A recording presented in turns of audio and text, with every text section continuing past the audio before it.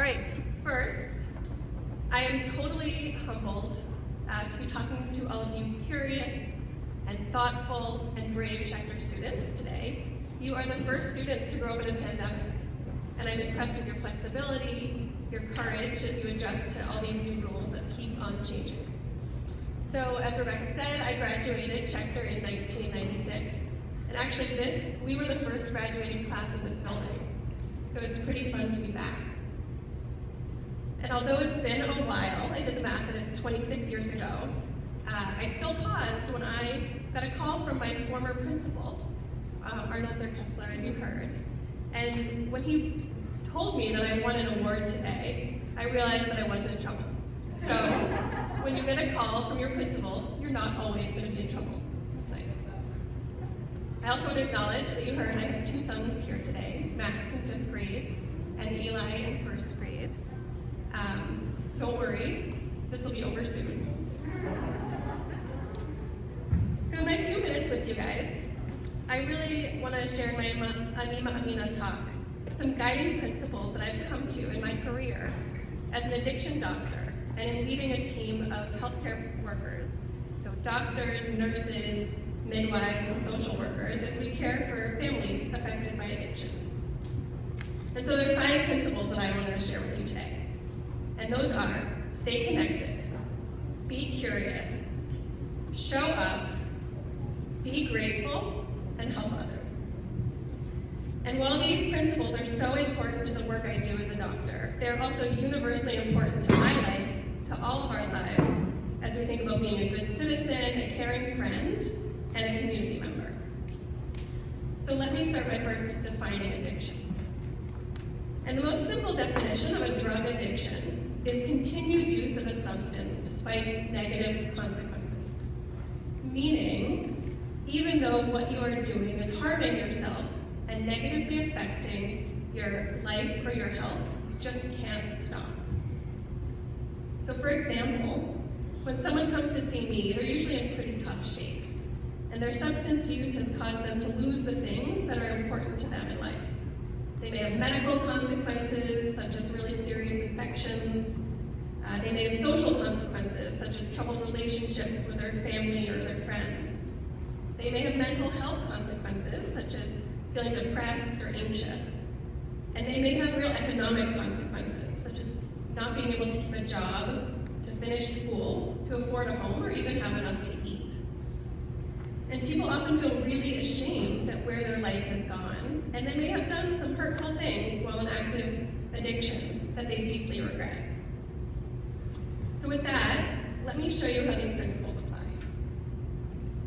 So the first principle is that connection is the opposite of addiction. The shame that a lot of my patients experience because of their addiction can lead to isolation and continued substance use, in a cycle that repeats itself over and over again. And the actual key to recovery, or getting back to health, is in rebuilding the relationships and feeling less alone and feeling more connected to community. So how does this apply to you all today?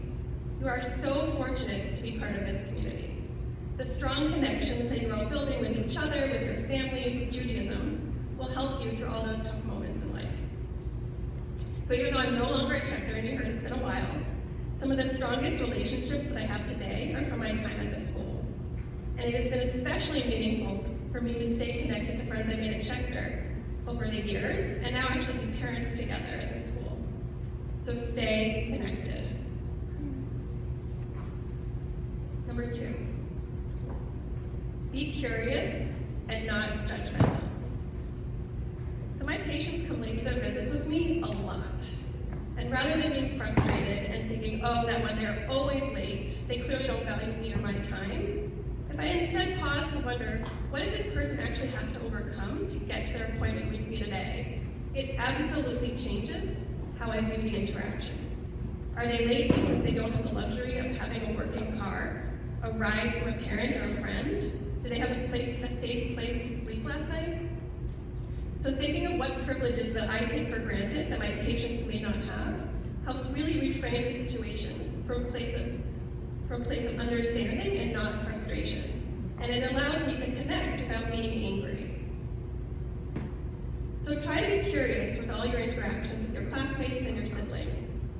For example, usually if your older sister wants to hear what's going on in your life, she's really supportive of you. So when one day she rushes past you and shuts the bedroom door in your face, you may feel hurt and angry because you decide she's being mean. But instead of jumping to judgment, if you pause and ask, what could be going on with her that caused her to react that way, you turn the situation to one of curiosity. Maybe she's hurting after a tough day that had absolutely nothing to do with you. Okay, number 3, show up for others. So as a doctor, I can use my skills to diagnose people and treat them with medication. I can't pay for their housing or buy the food for all my patients who can't afford it, though I truly wish I could. But I can sit and I can listen when my patients share their struggles and acknowledge their resilience, which is the strength that they have in showing up despite the obstacles in front of them. And I can support organizations that will help lift them up.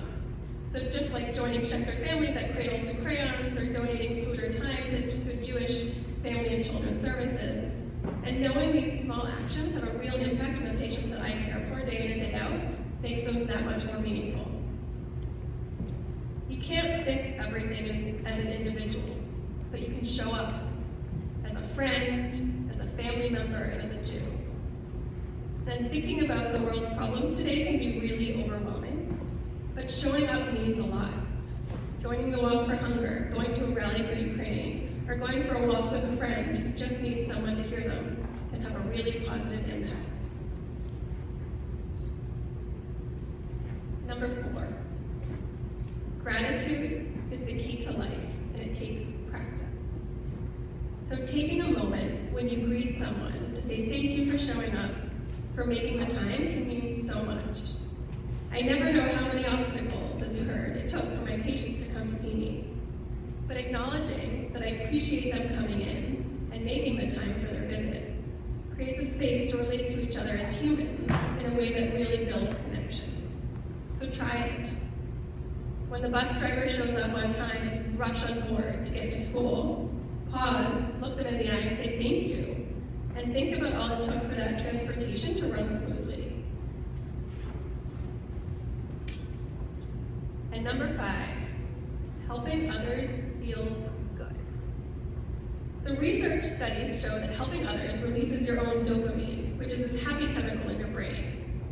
So let others help you and find little ways to be kind to others during your day, not just because it's the right thing to do as a community member, but also because you'll be surprised at how good it can really feel.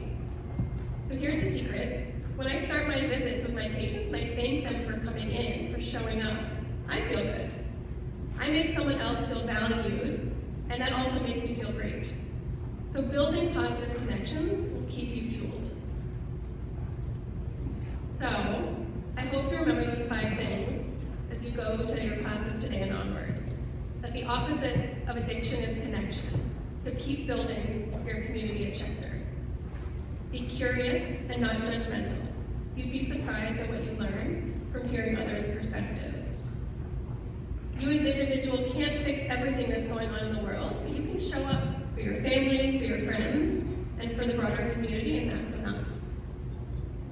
Gratitude is really the key to life. Find small ways to acknowledge what others have done for you. And remember that helping others can give you more than you give them.